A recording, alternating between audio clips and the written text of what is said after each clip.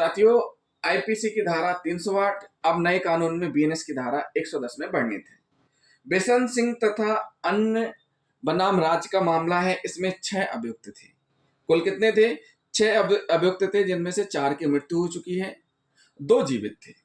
तो 2 जीवित थे, उनको सजा न्यायालय के द्वारा सुनाई जाती है। और सजा किस धारा में सुनाई जाती है? आईपीसी की धारा 147, 149 और 308 आईपीसी के अंतर्गत 1 वर्ष व 4 वर्ष के कारावास से दंडित किया जाता है। अब दंडित क्यों किया गया? क्योंकि उन्होंने पुरानी दुश्मनी के कारण जो शिकायतकर्ता पीड़ित है उसको मार डालने की धमकी देकर उस पर लाठियों से प्रहार किया था और उसकी झोपड़ी जला दी थी। माननीय उत्तरांचल उच्च न्यायालय ने अभियुक्तों की धारा 308, 149 के अधीन दोष सिद्धि को बहाल रखा था, क्योंकि अभियुक्तों का आशय आपराधिक मानववध करने का था।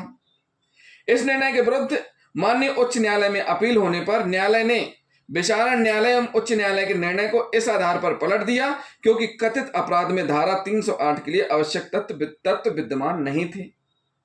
क्या नहीं थे? आवश्यक तत्व विद्यमान नहीं थे।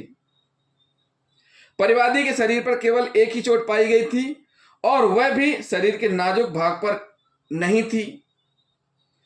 अभियुक्तों का अपराध धारा 308 के अंतर्गत न होकर के आईपीसी की धारा 323 एवं 325 के अंतर्गत दोष सिद्धि किए जाने योग्य था।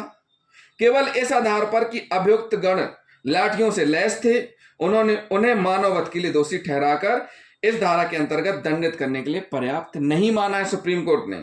माननीय सुप्रीम कोर्ट ने यह भी कहा है कि यह ध्यान में रखते हुए कि प्रकरण 23 वर्ष पुराना था, अभियुक्तों के अपराध से उनकी क्रूरता या मानसिक दुष्वृत्ति प्रकट नहीं होती है और वे 5 माह जेल में भी रह चुके थे तथा उन्हें जमानत की सुविधा का दुरुपयोग नहीं किया था। इसलिए उनके कारावास को भोगी गई कारावधि में बदलते हुए प्रत्येक को 15,000 रुपए जुर्माने से दंडित किया जाना न्योचित समझा तथा आदेशित की गई वसूली की गई जुर्माने की राशि में से 25,000 रुपए परिवादी को दिए जाएं।